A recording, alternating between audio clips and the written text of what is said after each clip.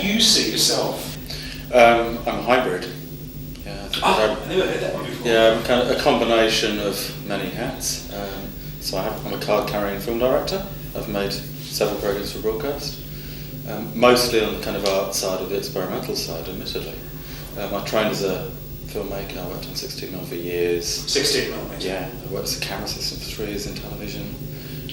I've been a cinematographer and shot films for people on 16mm. With the advent of video technologies, I then started working in half-inch black and white, and then in U-matic, as that kind of, it's like portable colour videotape recording became available. And that kind of coincided with background within an art college environment. I went to Cardiff and the Royal College of Art, and I studied a mixture of performance art, installation art, filmmaking, and then video. I'm employed by ACME, the Australian Centre for Moving Image, to curate exhibitions and manage and head the exhibitions department unit.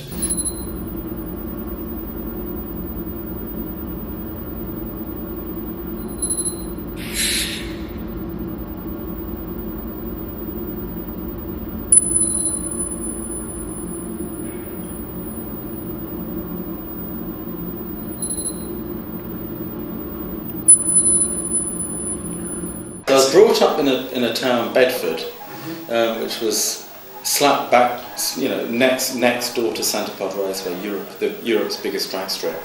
Yeah, within a country, that was still very strongly allied to the American Air Force and was used as an airstrip. It was actually UK was referred to as Airstrip 3 in that period at the end of the Cold War.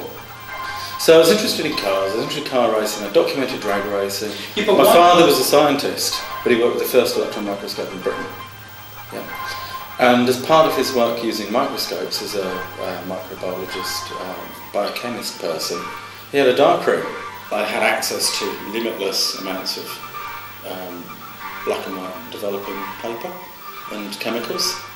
And I just did a lot of photography at about the age of 12.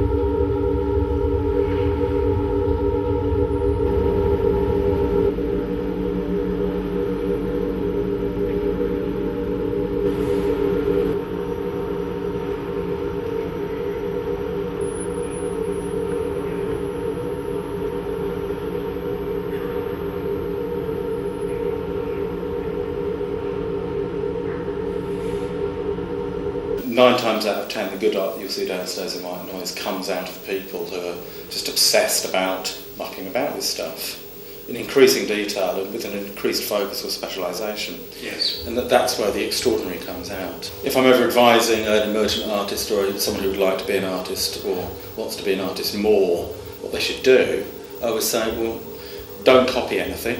Yeah, be aware of what else is going on. Yeah, of course, do your art history if that's available and you want to do it. But the best thing to do is stick to that weird little thing that you think's interesting, and maybe other people will find that interesting.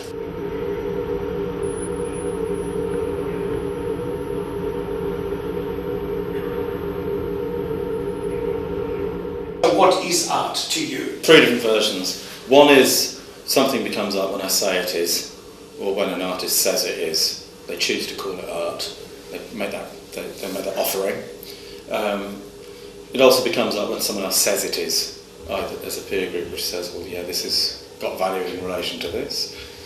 And I think the other thing which makes something art is when someone kind of takes the care and attention to bring your attention to looking at something in a different way. I think for me that's the sort of intrinsic value of